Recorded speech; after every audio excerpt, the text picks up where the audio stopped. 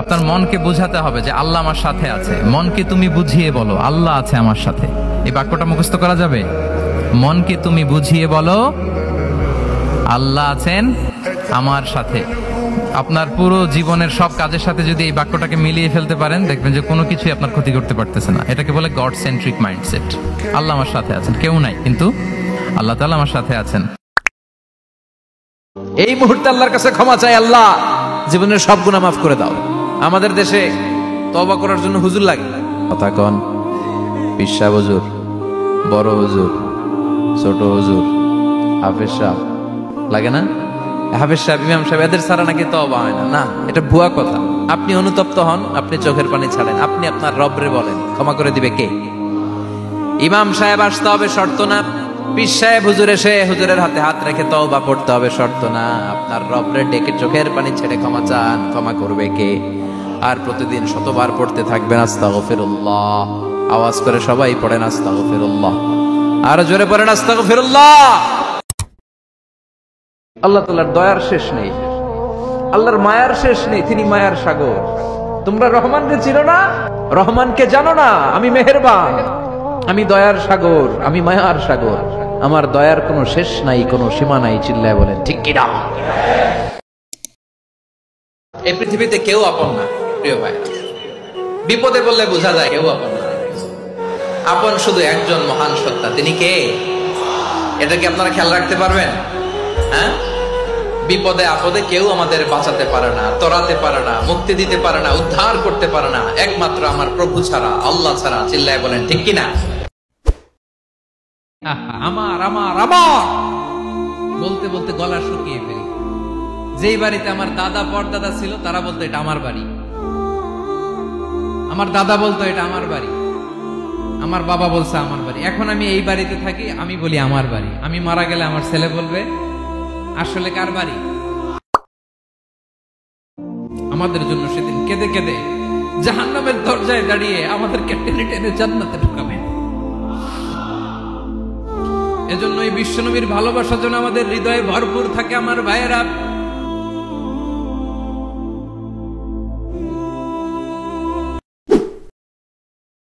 আজ আসি কাল, আজ মরলে কালকে। আহা, এই তো দুনিয়া। লাহু মা ফিস সামাওয়াতি ওয়া মা ফিল আরদ। যা আছে তিনি মালিক। এজন্য আমার আমার কম বলবেন। আমার আমার সব আমার, সব আমি খামো, এরকম আছে না নাই? বলা যাবে না। আমরা আসল মালিক না। এই কিছুদিনের জন্য আছি, মুসাফিরি জিন্দিগি, সফরময় জিন্দিগি। আজ আছি কাল নাই, চলে যাব। থাকতে আসি নাই, তাই না? থেকে যাবেন একজন, তিনি কে? শয়তানের সবচেয়ে বড় মিশন হচ্ছে আমাদেরকে হতাশ বানানো। সে আমাদেরকে বোঝাতে থাকে এত পাপ করেছিস, আল্লাহ কি তোরে মাফ করবে? মনে হয় করবে না। এত পাপ হয়ে গেছে, এত অন্যায় হয়ে গেছে, মনে হয় আল্লাহ পাপ মাফ করবে না। যা হয়েছে হয়েছে, আরেকটু কর, আরেকটু এনজয় করতে থাক, আরেকটু গা ভাসায় দে পাপের সাগরে। এরকম আপনারে প্রভোগ করতে থাকে সে। আপনাকে আশাবাদী হতে দেয় না যে না, আমি পাপ যতই করি, আমার পাপ যত বড় হোক, আল্লাহর রহমতের দরিয়া তার চাইতেও বড়। এটা ভাবতে দেয় না শয়তান। আমাদের বারবার বারবার নিরাশ করতে থাকে। নিরাশ যদি আমাদেরকে করতে পারে, শয়তান সফল। শয়তান সবসময় আমাদেরকে নিরাশ করতে চায়, ভয় দেখায়। তুমি যে পাপ করেছো, আল্লাহ তো মাফ করবে না, এত বড় পাপ তো আল্লাহর কাছে ক্ষমা হবে না। আমরা যেন আশাবাদী হই, আমরা যেন হতাশার সাগরে ডুবে না যাই, অপটিমিস্টিক যেন হই সম্মানিত ভাইয়েরা। এবং ইউসুফ আলাইহিস সালাম কিন্তু এক্ষেত্রে আমাদের জন্য আদর্শ। তিনি আশাবাদী ছিলেন এবং শেষ পর্যন্ত লড়াই করে গিয়েছেন, নিরাশ হওয়া যাবে না। আপনাদের যাদের মন শক্ত, অনেকের চোখ দিয়ে পানি নামে না। আমার এক আত্মীয় আছে, খুব আল্লাহওয়ালা। আমার জীবনে এত আল্লাহওয়ালা আমি দেখি নাই, কিন্তু ওনার চোখ দিয়ে পানি নামে না। বারবার এসে আমারে বলে যে মিজান কি করবো বলো, তুমি একটু মোনাজাত ধরো। আমার মনে আছে আমি ওনাকে নিয়ে মোনাজাত ধরতাম, তো ওনার কান্না আসে না চোখ দিয়ে। এত আল্লাহওয়ালা, খুব ভালো মানুষ, কিন্তু চোখ দিয়ে পানি নামে না। এটা অনেকের হয়, নানা কারণে হয়। আল্লাহর হাবিব সাল্লাল্লাহু আলাইহি ওয়াসাল্লাম বলেছেন, কারো যদি চোখ দিয়ে পানি না নামে বা হৃদয় নরম না হয়, তারা যেন এতিমের মাথায় হাত বুলিয়ে দেয়।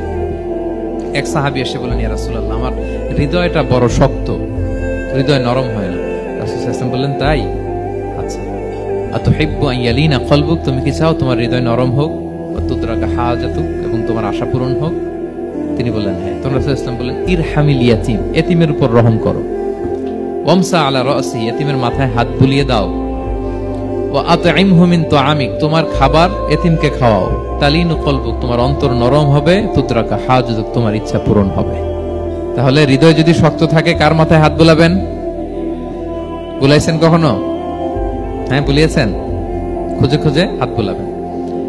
বাংলাদেশে তো অনেক অরফেনেজ আছে, অনাথ আশ্রম, ওখানে যাবেন। সুযোগ হলে একদিন যে একটু লাঞ্চ করলেন ওদের সাথে বসে, ডিনার করলেন, একসাথে খেলেন, ওদের মাথায় হাত বুলিয়ে দিলেন, সাধ্যমতো কিছু উপহার হাতে তুলে দিলেন, আপনার ইচ্ছা পূরণ হবে আর আপনার হৃদয় নরম হবে ইনশাআল্লাহ। দুনিয়ার জীবন আসল জীবন না, এটা মরিচিকা, এটা ধোঁকা, এটা মোহ, এটা শয়তানের চাকচিক্য। আসল জীবন কবরের জীবন। আসল জীবন সামনে পড়ে আছে, জন্য বরকতে বিশ্বাস করি আমরা, ঠিক কিনা? ল্যান্ড ক্রুজার দাপিয়ে বেড়ায়, বড় বড় টাওয়ারের মালিক, অনেক সম্পদের মালিক। এটা দেখেই মনে করবেন না অনেক সুখে আছে, ঘরে যেয়ে দেখেন কোনো সুখ নাই, ঠিক কিনা? সাধারণত টাকা যার বেশি দুঃখ তার বেশি, টাকা যার কম সুখ তার বেশি। সুবহানাল্লাহ পড়েন। আল কানাআতু মিনাল ইসলাম। এজন্য আমার শ্রমিক ভাইয়েরা, আপনাদের এক পা জান্নাতে এমনি ঢুকে আছে। নামাজ পড়বেন, মা বাবার খেদমত করবেন, ইসলামের নিয়মগুলো মানবেন, দ্বিতীয় পাটাও জান্নাতে ঢুকায় দিবে কে? আর যারা কোটি কোটি টাকার পাহাড় বানিয়েছে, ওদের হিসাবের ফিরিস্তি অনেক বড়। বিশাল বাড়ির মালিক, ল্যান্ড ক্রুজার চালায়, সাবরোলেট চালায়, পোরশে, ফারারে, ল্যাম্বরগিনি চালায়, আছে না নাই? ঘরে সুখ নাই, রাতে ঘুম নাই, টেনশন আর